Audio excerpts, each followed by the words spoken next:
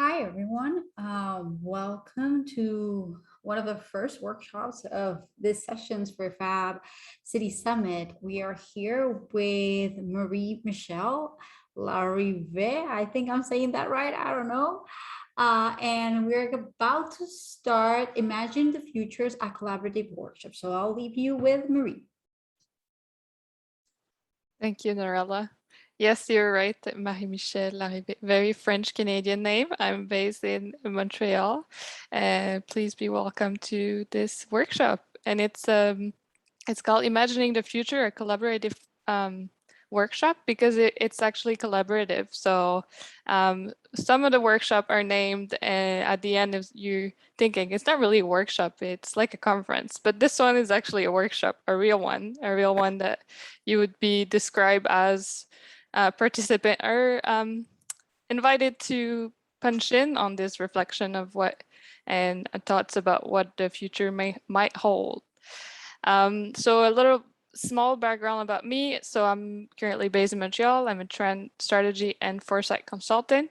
I mostly help startups, professional organization, and also I do a little work with university about what's coming up in the future, how to research what's coming up in the future, how to research what's going on in society and not be lost in between, because there's a lot of information, a lot of things going around. So I would say 50% of my time is research. Another 15% of my time is filtering this information, this overload of information. And today I actually did a request and they accepted it to do a fun workshop. This one, which to me, this helps actually what I would say, I normally say flex the reflex of futurist. So it helps your brain to actually go in the future and not be dead in the future and then come back in the present to actually to see what the future might look like and not be and actually being still very I'd say optimistic about the future. So today that's what we're gonna do. We're gonna soon enough, we're gonna migrate to Miro, this collaborative platform to do this exercise. Before we go to the Miro, I'll explain a little bit about the steps that we're going through today. Let me share my screen first. Oh, I can't. So I'll do it verbally then. But you'll see soon enough. So I'll get that You one. can't share your screen, sorry. No, but that's okay. I'll make you co-host and probably you will now. Now, can you try? I'll try. Yes. Okay, now you can. Good. Perfect. Thank you. So basically we start here. We'll start by just leaving all our ideas about the future on post-it notes about words. And then we can do it maybe another round with pictures. Sometimes it helps. Then we go on to subgroups. Today we'll have two, I believe, 2 or 3. And afterwards, you'll see on the subgroups, there's a lot of work to be done. And this is where the fun happens. This is where you actually extrapolate on what you see in the current society and then how to achieve that futuristic vision. And then at the very end, we'll come back and we'll see all together where you guys went. How do you see? What do you see in the future? What does it look like? And then a little feedback, and then we're off. And hopefully this will give you a clear mind of the future and also inspire you for the weekend that's coming. All right, let me share to you all the link to the Miro board. Before we start, does anyone have questions?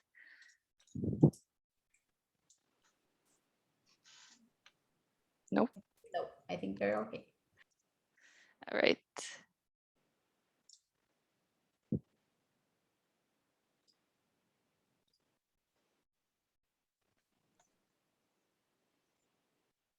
So you should be able to directly click to the link that I dropped in the conversation. And let's just all meet at the very top.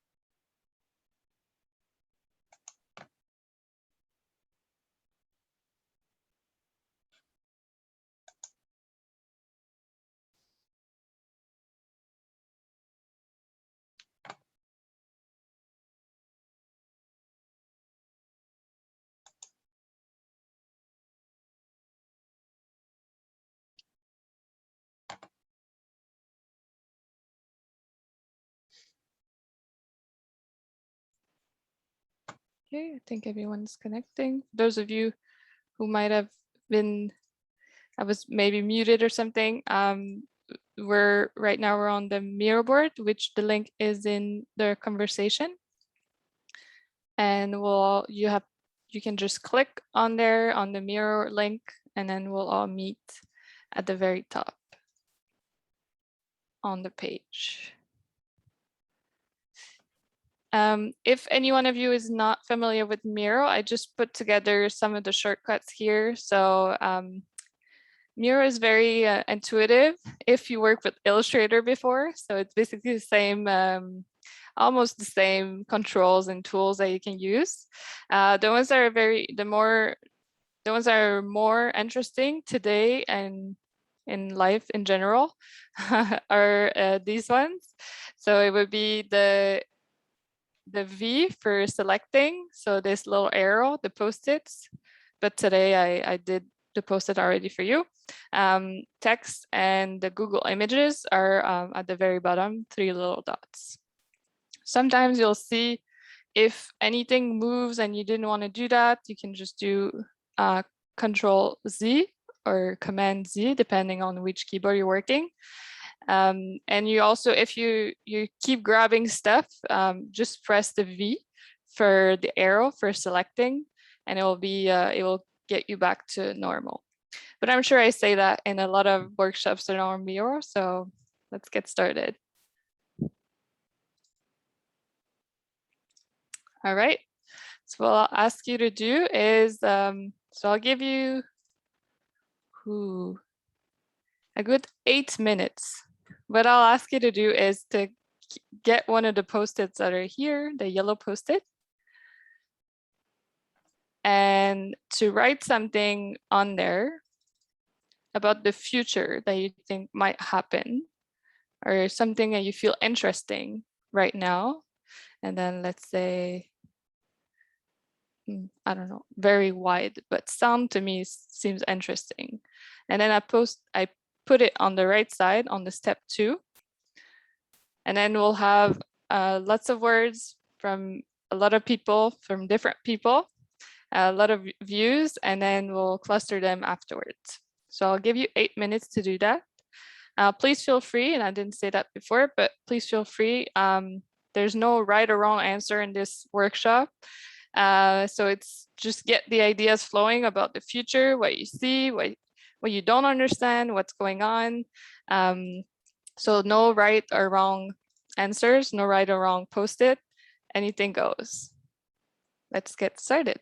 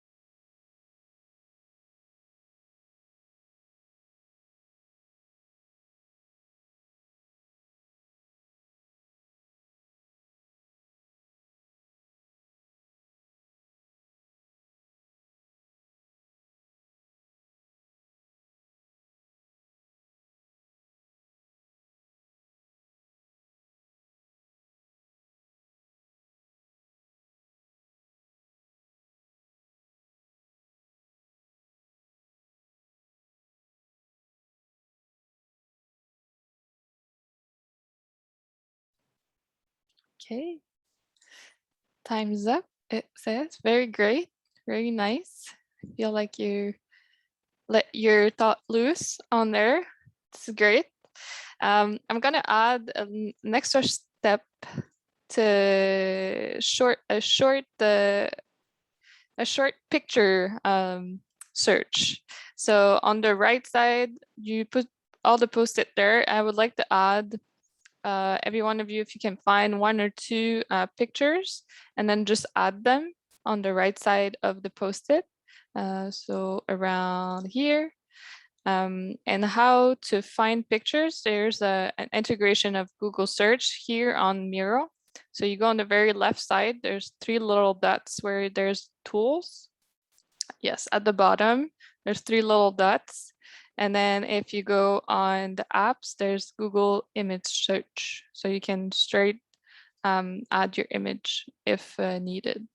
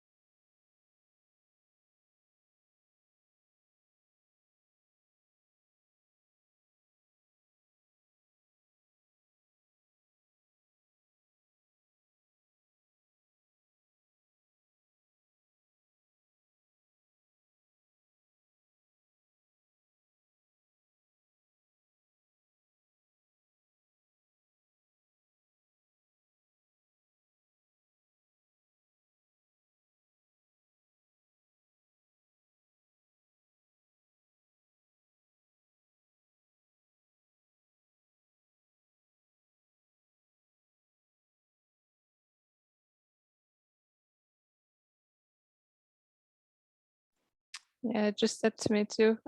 So no image, sorry about that. It says that it's temporarily unavailable on Miro.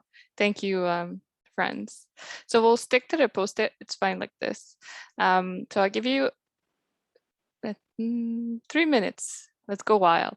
3 minutes. All the post-it that were posted here. So all the posted here, I would like you to cluster whether ideas that look the same or can be kind of related. And that way we'll be able to go deeper into the next step to the exercise. So I'll give you 3 minutes, and the objective is the main goal is to actually cluster together what are the main ideas that look like this kind of relate one another. So cluster them, and then we'll see afterward how it goes.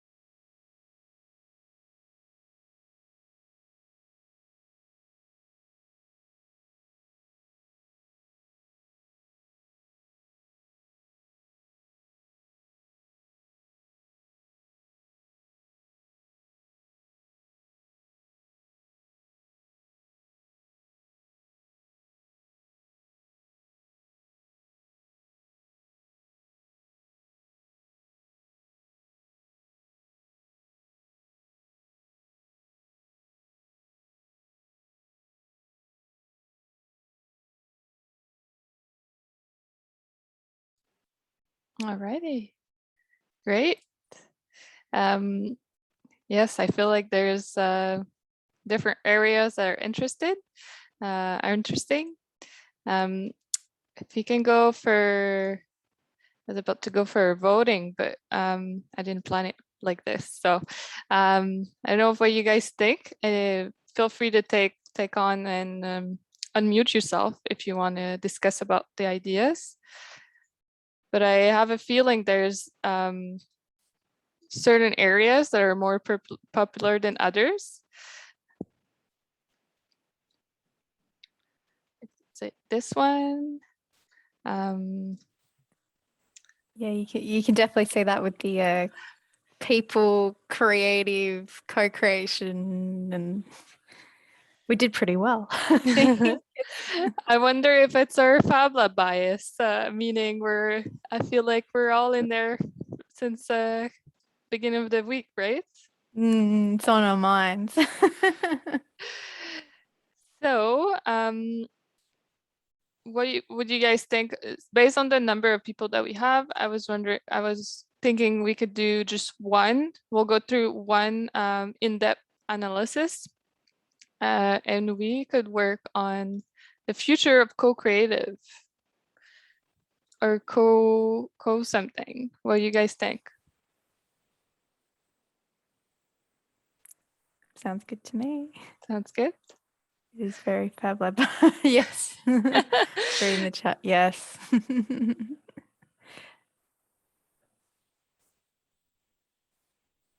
But I'm from a local government here in Australia, and it is something that's always on our minds of we want to do more. We want to do more with our community and more co-creation. So it's kind of like this future goal for us, and yeah, getting ourselves and our community there is the big shift for us. So it's both in the short term and I think the long term. But I'm hopeful for the future that we can make a change. All right, so let's go into this. So we'll migrate a little bit down. I'll just take all your post-it notes here and migrate here. So on the scenario future number 1.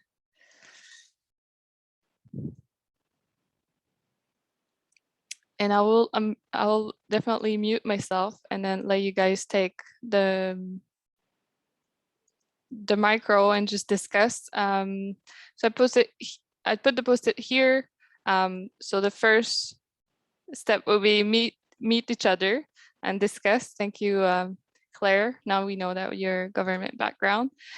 Discuss, add text, pictures, elements, anything that you want to add. Maybe this brings you another idea of something else about the co-creative, cooperative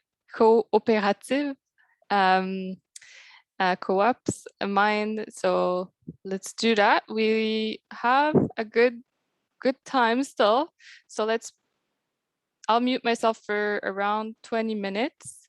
And because I know that some people have to leave after an hour. So let's do that. All right.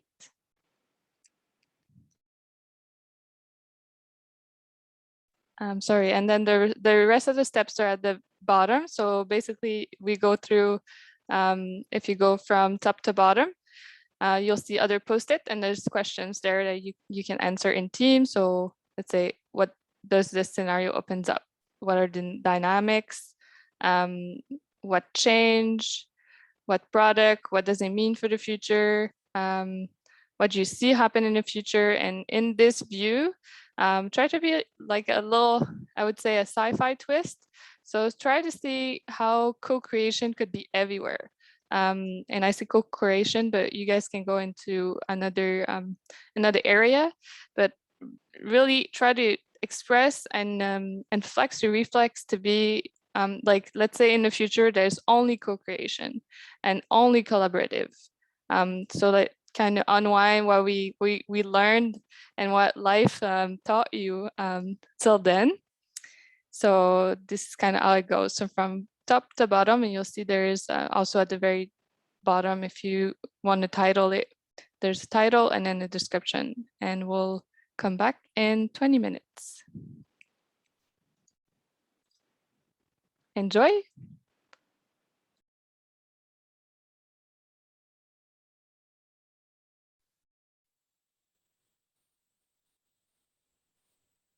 So does everyone want to like introduce themselves? I suppose because I'm on mic, I'll start. So yes, I'm from the local government here in Australia. My name's Claire Chackenbrine. I'm the Smart Cities Lead at Lake Macquarie City Council. We're just north of Sydney. And yeah, that's who I am. Sorry, where again from? You're from Australia? Yes. Okay. So I'm from Austria, and I came to this workshop because I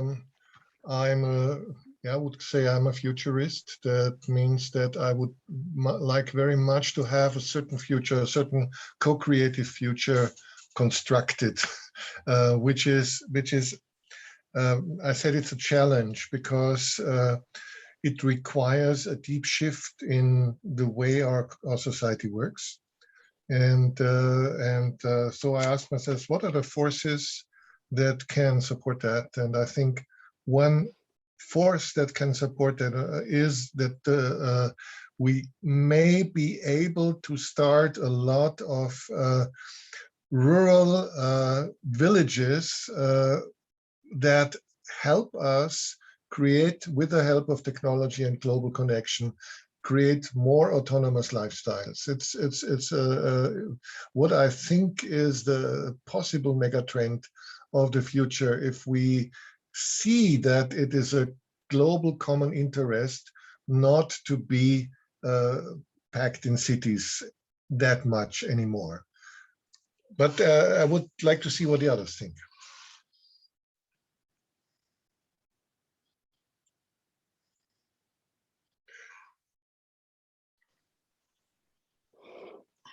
Hi, I'm Evelina. I'm from Hamburg, Germany, but currently in Bloomington, Indiana. So I have a quite international family. I'm the one who posted also like in the sense, the active balance. I think that's a lot of forces who want to create the future and they pull in different directions. And I think the FAB movement is one of the forces, and that's how, yeah, I'm interested to understand how we can spread the word and make this like the more, because, you know, take the future in our hands and be the active creators, co-create and share, and you know, set up the big goals of sustainability, activism, like in the front of our actions as a guiding principles. Yeah, but it's also, I think, a very big challenge how to do this shift on a massive global scale. Absolutely.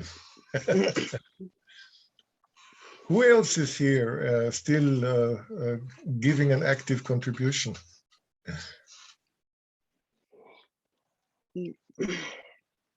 Hello. There are three people: Norella, Nathan, Antonio. I'll speak with just for fun. I don't know. I'm doing so many things while you are there on your workshop that I don't know what you're talking about. I'm part of the organization, and if you're talking about the future, I think there's a lot of different challenges depending on your age. I would say it's crucial. Like, I feel that I'm young based on different types of mindsets that they are out there, and that sometimes is a generational gap that could potentially not help like younger people get into futuristic ideas that could potentially be done, because we still want to work with like older people. I don't know what I'm getting into this, but that's what just came to my mind.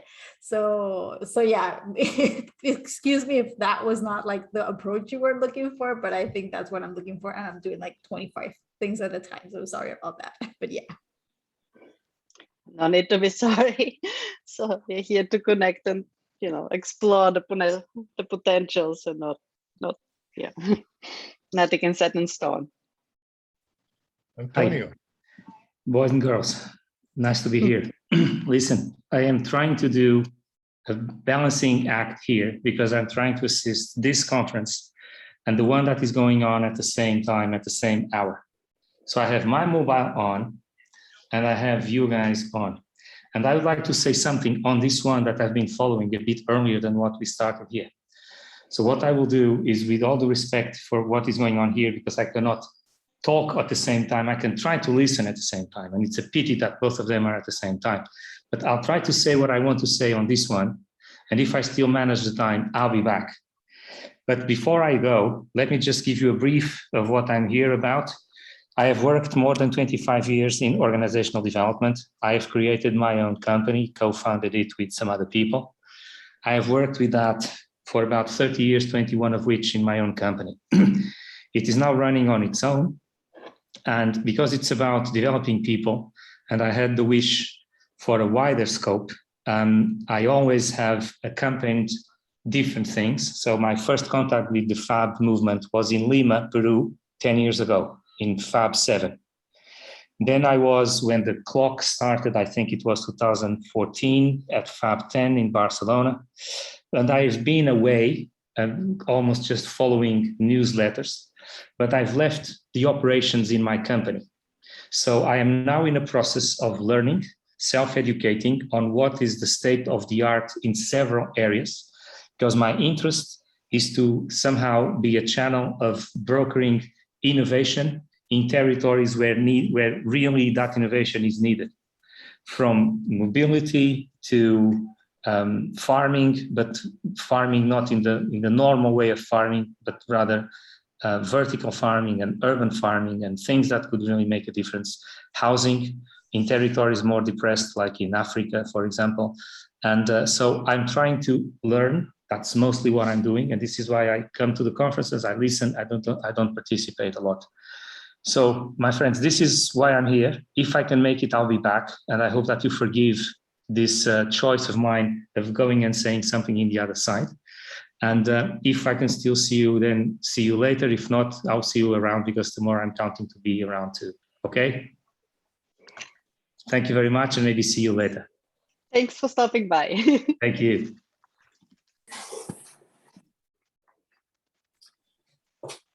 Hello.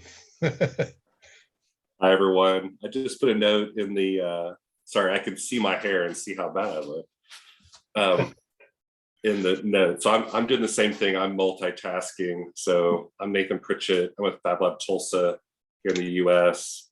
We're a nonprofit Fab Lab makerspace. And I'm interested in the topic because I manage and lead this organization. And we have about 7 employees, do programming and community membership, education, workforce, business, kind of a broad ecosystem, if you will. But I'm actually in our lab, and so our lab is open to the public, which is why I was so masked up. And so I am getting distracted and pulled away as things come up. So I appreciate the chance to just kind of listen and follow along. So, but I am here. So, where are you from? I forgot that. So I'm from Tulsa. Tulsa, okay. Yeah, in the Arizona. US. Yeah. Okay. Sorry, I interrupted you, Claire. So I was going to say, maybe I actually just put a few poster notes in there based on what everyone kind of said, kind of a key sort of word or two from each, just to kind of keep track of what people were saying.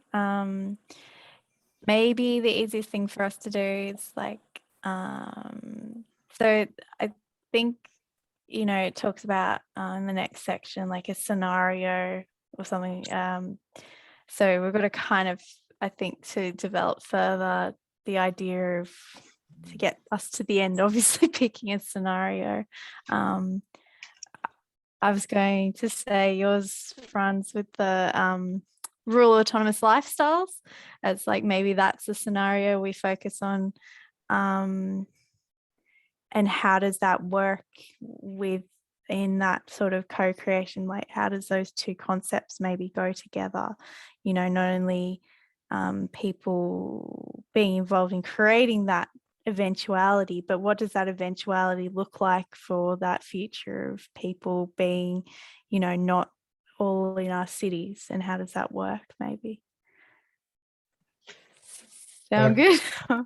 Okay, I think it would be wonderful if we could do that, but as I wrote in the chat, there are three people with divided attention here, yes, and so I think, thank you very much for the initiative, but I think we are lacking critical mass to do that right now, and no hard feelings. Thank you, Marie-Michèle, for preparing that, but I think we should not just try to jump into something that we cannot achieve with the little resources that we have, and so hope that we will be able to come again and be more people to take up that challenge. It's always like this, and it's funny. It's actually funny. We're talking about co-creation, and then there's people that are co-splitting their attention. So to me, this feels very interesting. Again, is it one part of co-creating is actually being at two places at the same time? Is it, I mean, I get, friends, that you're trying to get away from the challenge that was presented to you, but I think, yes, there's not much people, but we don't need to go through all the questions. The only point here is to make us reflect about what co-creation can look like in the future, or what collaborative, or just to imagine, let's say, a scenario, and we can base that scenario out of nothing. And to me today, I mean, this is recorded, but the rest of it, I mean, you don't need to keep it as part of your work. And the beauty of it is you don't actually need to do it afterwards. So it was just in a way to get your flow of ideas going. But you're right, there's only 3 of you that are fully here. And I can jump in, no problem, for the rest of that. But to me, honestly, it's very interesting that 2 people just jumped in about co-creation and jumped into 2 teams at the same time. So it might be one of a hint here about what maybe we can try to extrapolate on that too. What it would look like, a future of people splitting their attention. Actually, I would like very much to think about a future that saves me from having to split my attention. Maybe, yeah, that's good too. There's always 2 sides.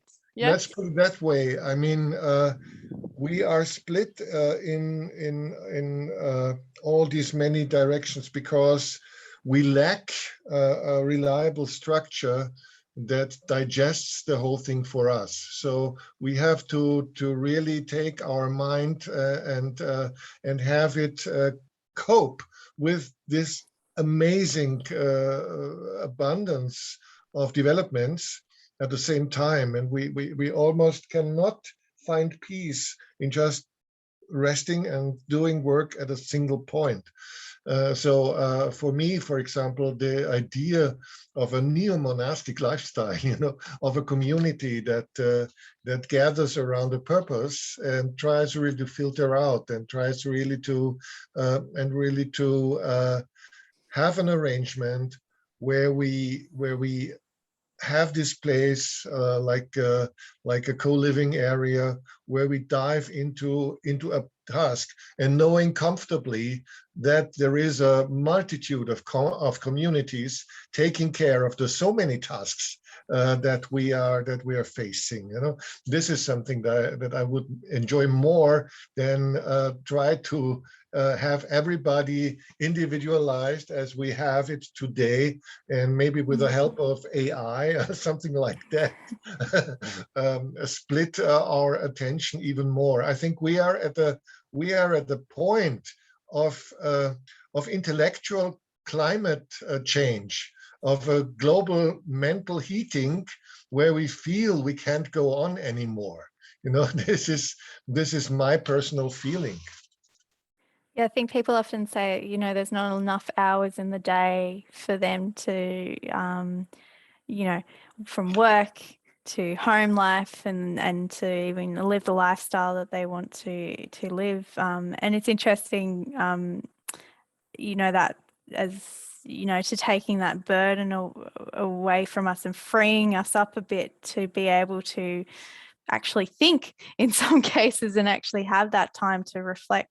It's interesting, that role and that future role of artificial intelligence in being our supporter in that, in freeing us from you know, some of the mundane tasks and things, repetitive things that we do. And beyond that, it's really interesting, I think, that future interactivity of around creativity with AI and having that sort of access to this mind beyond what we can, you know, imagine probably now, that, you know, it could go so many different places, but and you know, what is that role? And you know, is there that future that we see these, you know, machines essentially as much as a part of society as any other human, for example?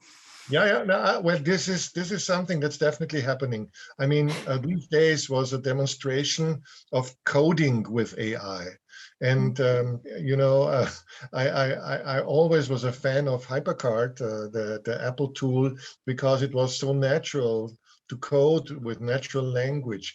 And now there is an AI that just simply asks, what do you want to happen? And you explain it in a kind of question and answer dialogue. And then you see the code written in absolute perfection, you know?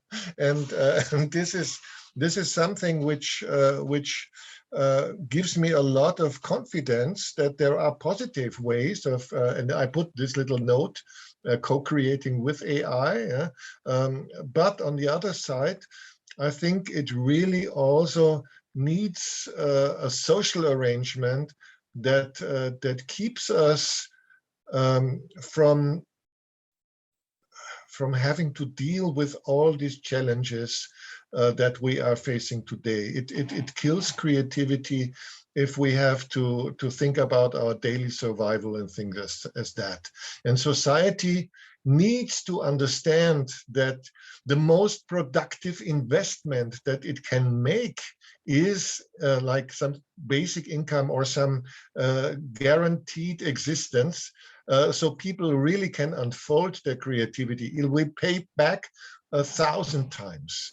It will be the most powerful investment if we get it right. And I think this is the crucial question of our time. Yeah, I think it's, so I don't know if you watched The Peacemaker Returns, the film that they had as part of the, of course I did. festival. Yeah, and I think that was really thought-provoking around that.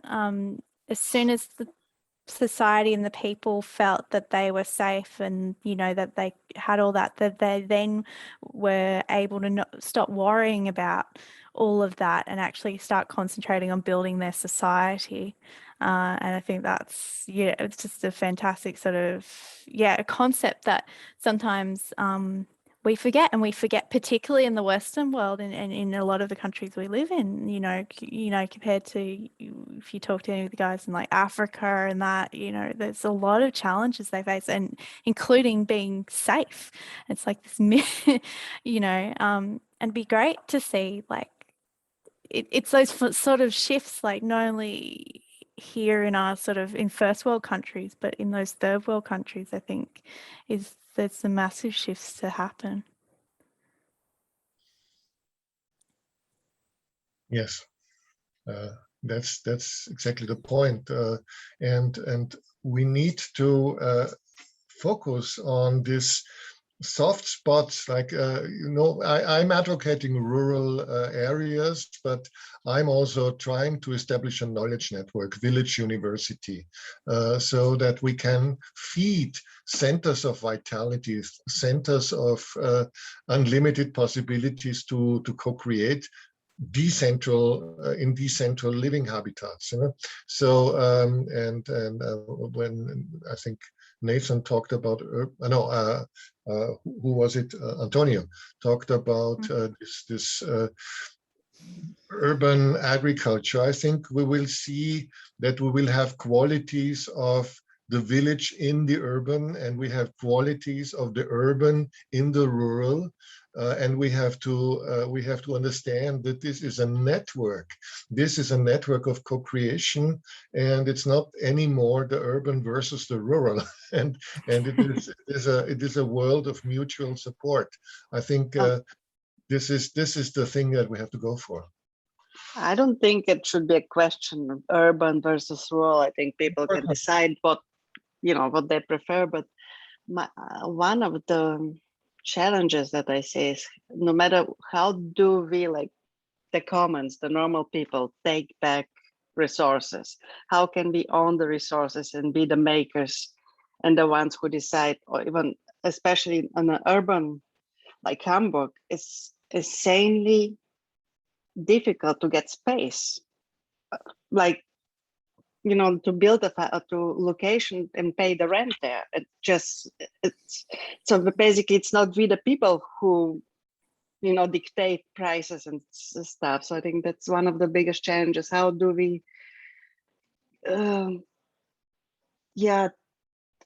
we can be active, and it's really rewarding to be maker, but it's also One of the Thomas, one of the big spokespersons of the Fab City today said, or there was it yesterday, it was at midnight in the session with Marcin Jakubowski. He said, now I really understand that we probably have to use this freedom, relative freedom that we have in rural areas to start making the changes that go back to the cities afterwards. So this and there is this instinct of Rem Koolhaas. Rural areas is where things happen simply because of that lack of space in the cities, right?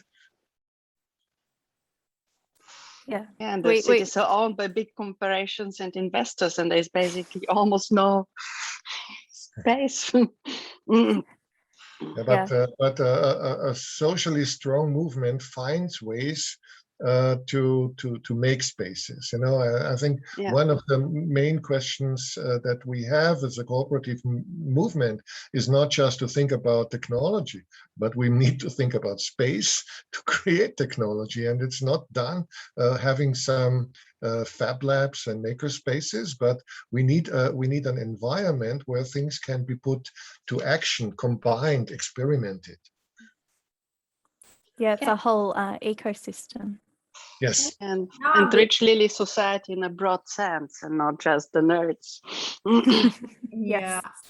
I think, like, listening to you, Franz, one of the big challenges of all this, like, we are so embedded into technology, but the human capital of how we do this, it's basically the core of everything.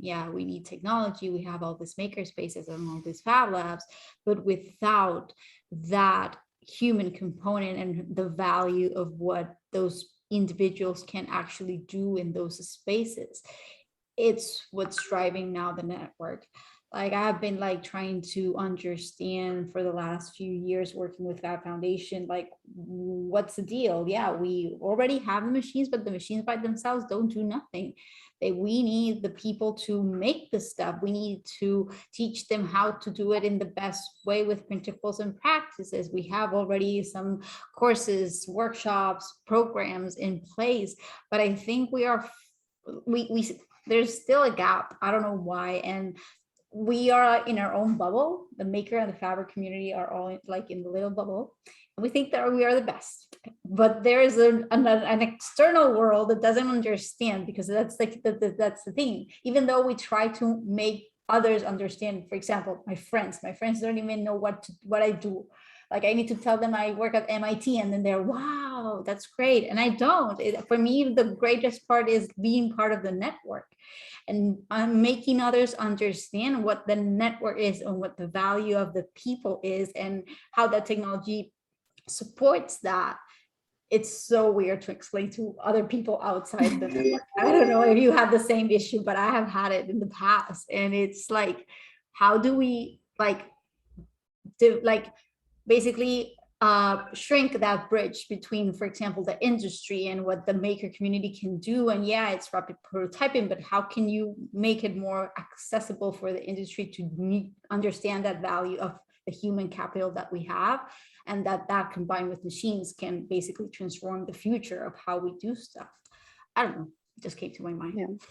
Well, I think, Norella, for me, the subtone of many events, maybe I only visited the right events, but I think the maker movement is a little bit shifting towards that conscious, towards that perception that it is the environment, the people, the place that counts, and really having it also anchored in a physical place, and having it anchored in such a wonderful endeavor like Montreal with all its public libraries that have maker spaces. You know, this is a really encouraging basic feeling that I take away from this conference, and it brings me hope.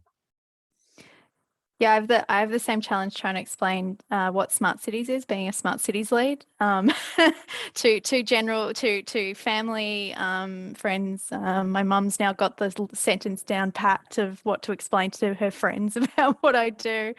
And it's that, yeah, I think, and being from local government, one of our biggest things is we need to engage with everyone on things, and we need to engage that general population who aren't the nerds of the world. Like, there are people out there who are really into this. And I sort of foresee for the Fab Lab we're working on setting up, yes, we'll have those people, but it'll be really important to bring in that broader community who wouldn't even have touched any of this or known about this, to try and, you know, help them on that path to, yeah, being able to make things themselves, or at least expose themselves to it. So maybe they'll talk about it with someone else.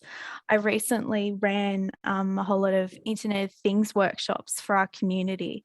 And we had people show up who, you know, they had no idea what Internet of Things were, and B, you know, they're like, oh, this looks interesting. It was part of a big innovation festival that we had in our region, and they were so like, oh, okay, I just came along. And they and part of the workshop, they did have to do a little bit of coding. It was more a bit of copy paste, but they had to see it, sort of look there and look at the code, and some of them had never seen any coding before, or touched anything like that.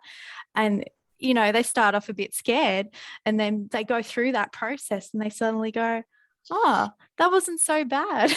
You know, and they got really encouraged, because at the end of the workshop they had a sensor that they'd taken it through, and they could see the whole process, and they had it on the table, and it was sending a signal back and making a graph of temperature and light and things like that. And they're like, and putting their hand on it and sort of seeing the changes. And I think it's those sorts of things where yeah, trying to make it as accessible as possible, and slowly working through getting people, I think, you know, people in the future to fully engage need to be equipped to engage on these topics. Because I have the challenge of sometimes with, you know, if we're engaging about smart cities things, you know, there's a certain level of maybe technological and data sort of literacy knowledge that you need to have to fully engage in the conversation.